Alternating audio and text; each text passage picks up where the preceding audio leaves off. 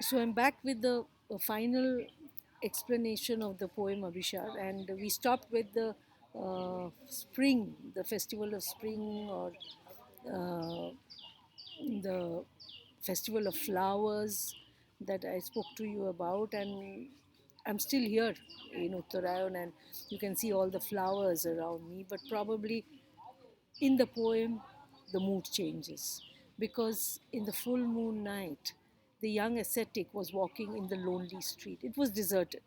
It's a full moon night. Probably it's in the middle of the night. It's a deserted street, and so the setting now, it's a full moon night and a deserted street. So how the mood has changed, and because you hear the overhead the lovesick koels uttered from the mango branches their sleepless plaint. So we are hearing the mournful songs which is so replete of what Wordsworth himself said, right? Mournful songs are those that tell us our sweetest. Mournful numbers are those that tell us our sweetest songs, right? Mournful thoughts. So the lovesick coils, but the feeling of love is still there, and the birds are singing their sweet songs, probably talking of separation and foreshadowing again the pain that is to come. And where is Upagupta? He's again at the base of the rampart.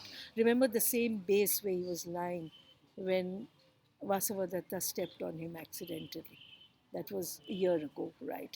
So he reaches that spot again, and there at his feet, in the shadow of the mango grove, somebody was lying. So the dust has come back, and there is somebody else lying on the dust near his feet. Yes, struck with the black pestilence. That was a time when there was no cure for smallpox. So anybody in a town or a village who had a smallpox was an outcast, had to be thrown away because that was the only way, removed from the town. That was the only way to protect themselves because there was no other way to protect themselves. So she was driven out of the town to avoid her poisonous contagion because it would spread. It was infectious, right?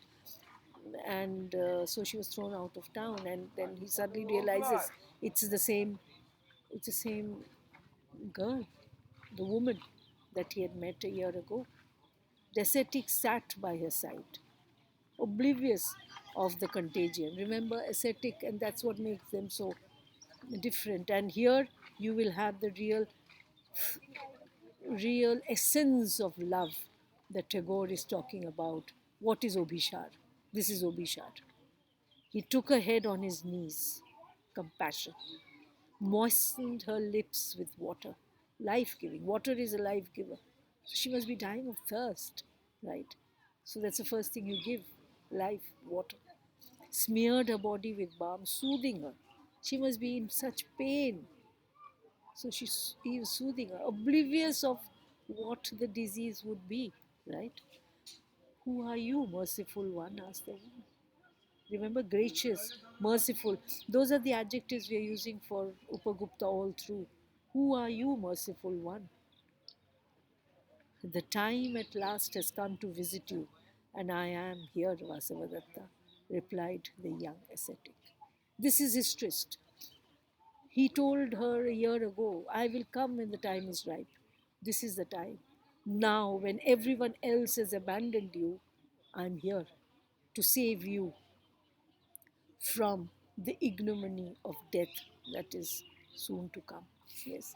So, when I'm needed, he said, I'll be there and I'll be there for you. So, what is then Obishar? Obishar is when you spread love, when you spread compassion, when it is least expected. Yes, and that's a time when it's most needed, right? That is the essence of love. That is true love, and that is what Upagupta is all about.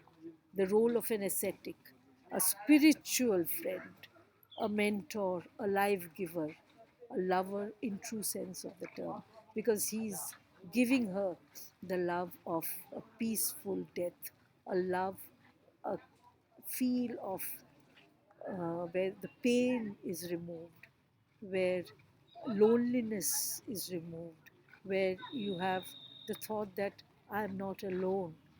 There was once everyone around me, but then when the time comes when one needs people, they don't find anyone. And that is where the role of Upagupta, where true love shines. And that love is the spiritual love, much more than the kind of obishar or love or romantic love that one thinks about.